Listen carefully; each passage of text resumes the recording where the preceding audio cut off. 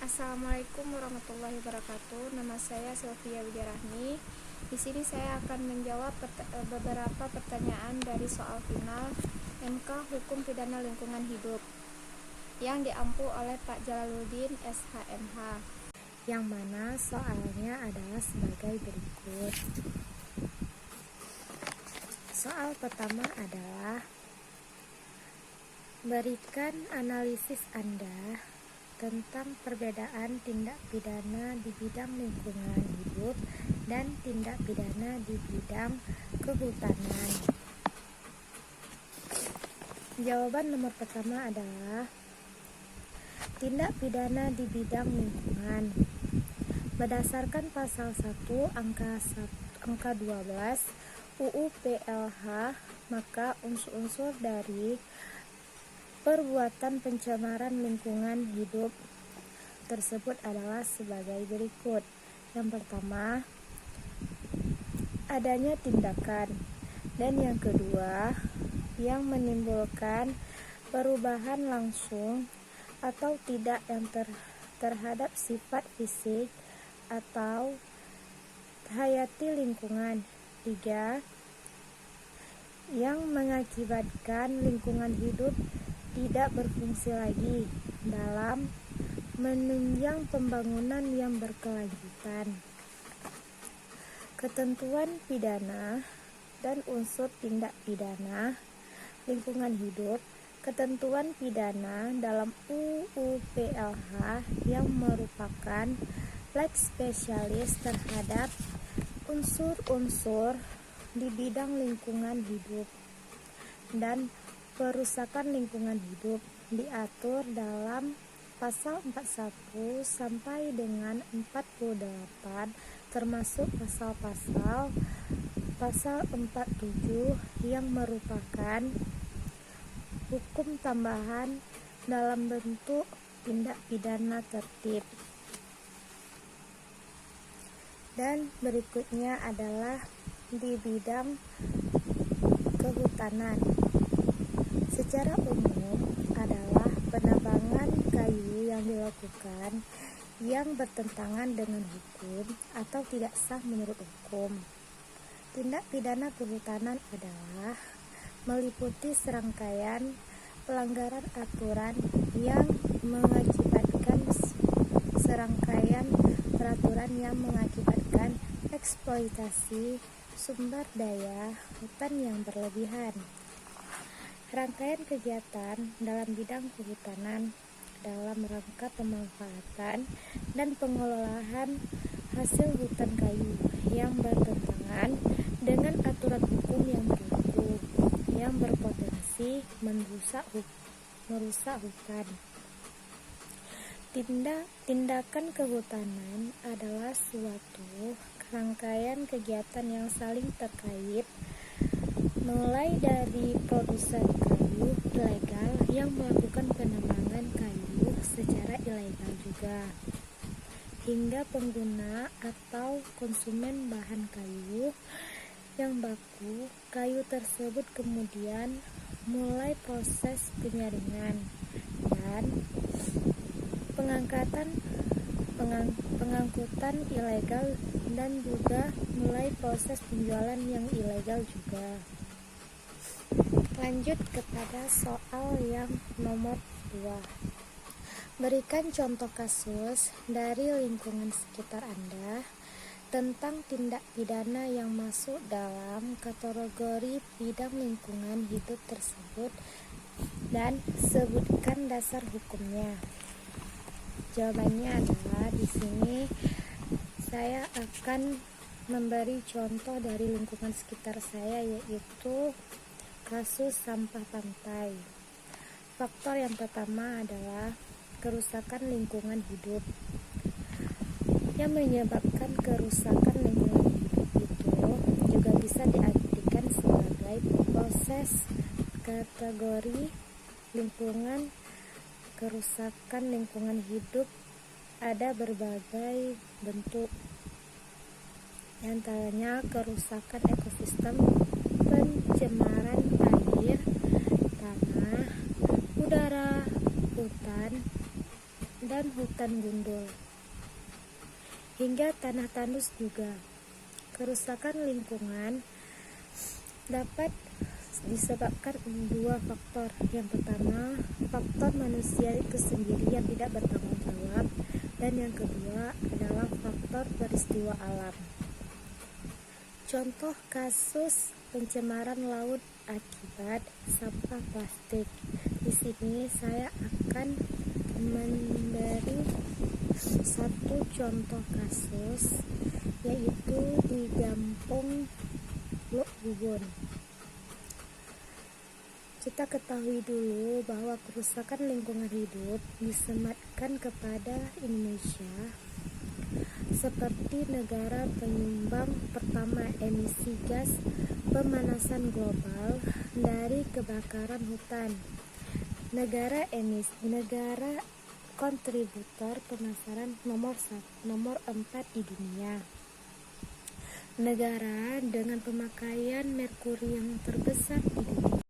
Di Indonesia didaulat menjadi negara kedua di dunia yang berkontribusi paling besar terhadap pencemaran laut, terutama oleh sampah plastik. Sebuah studi Bex et al. 2015 memperkirakan setiap tahun 4,8 juta hingga 12,7 juta metrik ton plastik memasuki lautan. Yang ini mengakibatkan laut Indonesia mendapat predikat sebagai tempat kedua sebagai sumber pencemaran plastik terbesar di dunia. Permasalahannya adalah di Gampong Lok Bubon, terletak di Kecamatan Salatiga, Kabupaten Aceh Barat, berdampingan dengan Gampong Chot, dengan jarak tempuh menuju lokasi sekitar 80 km dari Kota Meulaboh. Gampong Lok Bubon itu sendiri terkenal dengan objek wisatanya. Pantai Lok Bubon juga terkenal dengan penghasil makanan lautnya dan selalu ramai dikunjungi oleh masyarakat sambil menikmati segarnya laut dan panorama alam pantai. Karena banyaknya kunjungan yang berdatangan pada waktu akhir pekan, maka semakin banyaklah sampah plastik yang terbuang ke laut tersebut. Laut adalah sebagian dari lingkungan hidup menurut pasal 1 angka 1 Undang-Undang Nomor 32 Tahun 2014 tentang Kelautan.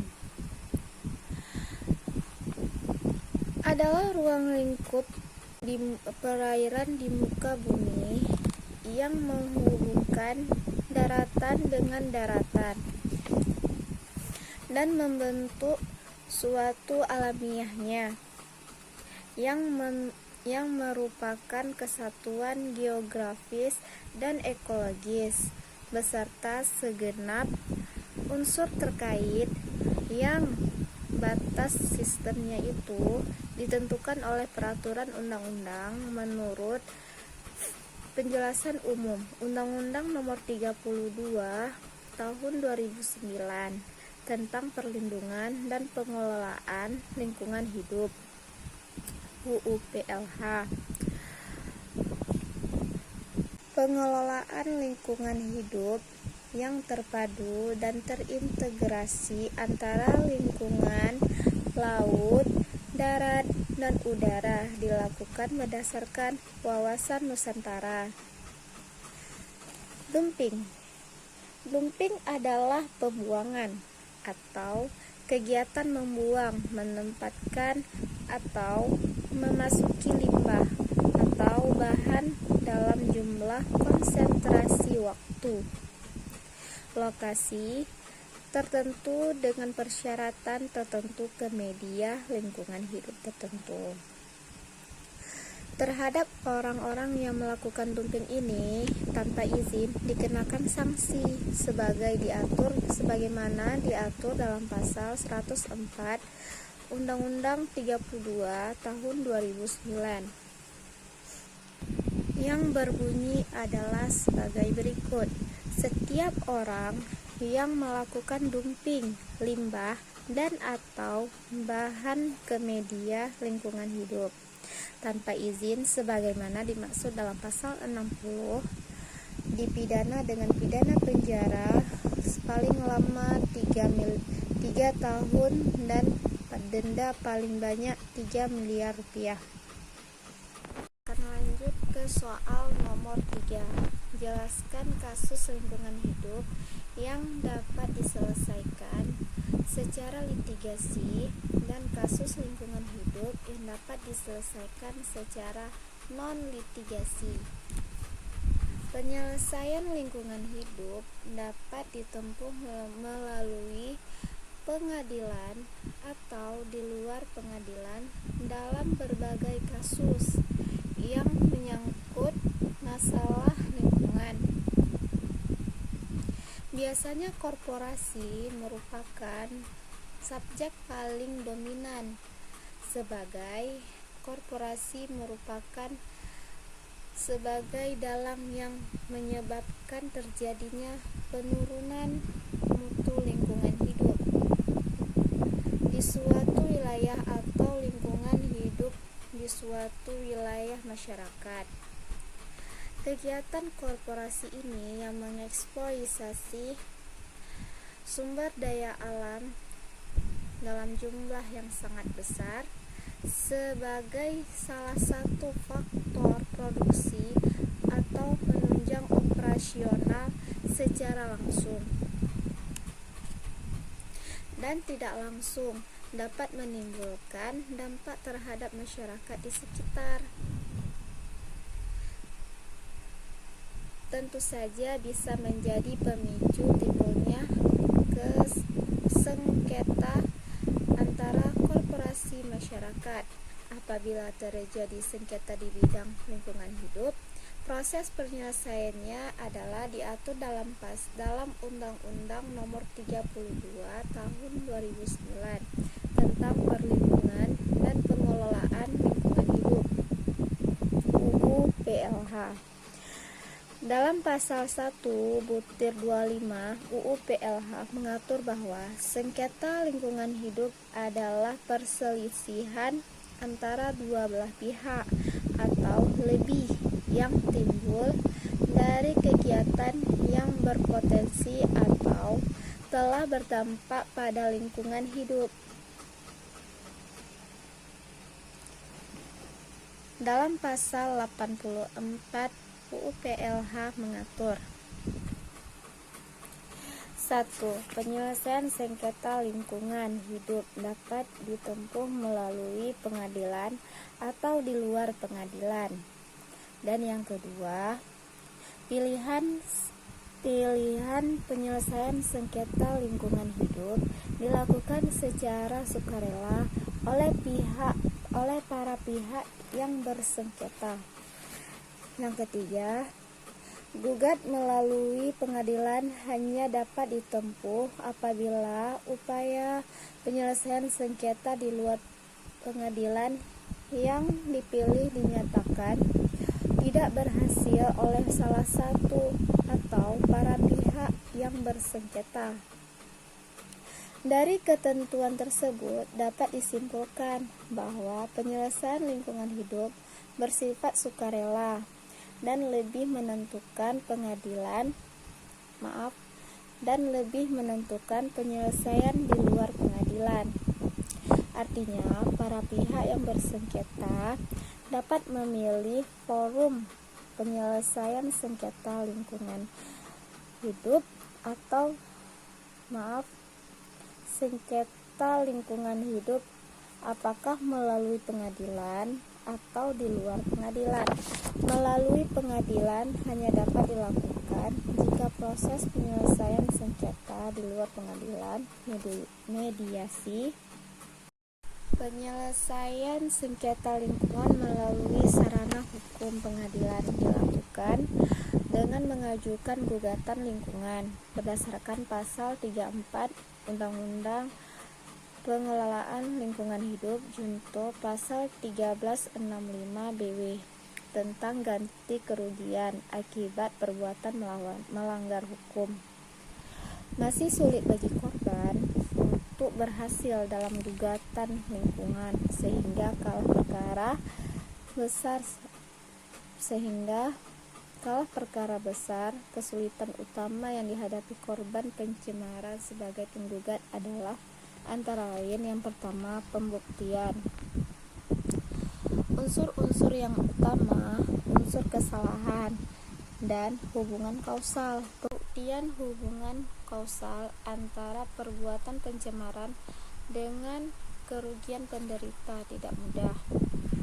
Kedua, masalah beban pembuktian merupakan kewajiban penggugat. Padahal dalam kasus pencemaran lingkungan, korban pada umumnya awam soal hukum dan seringkali berada di posisi ekonomi lemah. Pilihan ketiga, penyelesaian sengketa lingkungan melalui jalur litigasi ditentukan berdasarkan unsur-unsur perbuatan melanggar hukum yang terkandung dalam sengketa lingkungan tersebut. Gugatan perdata diajukan di pengadilan umum jika perbuatan melanggar hukum yang terkandung dalam sengketa lingkungan tersebut menimbulkan ganti rugi pada orang lain atau kerugian pada lingkungan hidup atau perbuatan melanggar hukum tidak bersifat kejahatan atau perbuatan melanggar hukum. Baik, sekian dan terima kasih. Lebih dan kurang saya mohon maaf. Wabillahi taufiq wal hidayah. Assalamualaikum warahmatullahi wabarakatuh.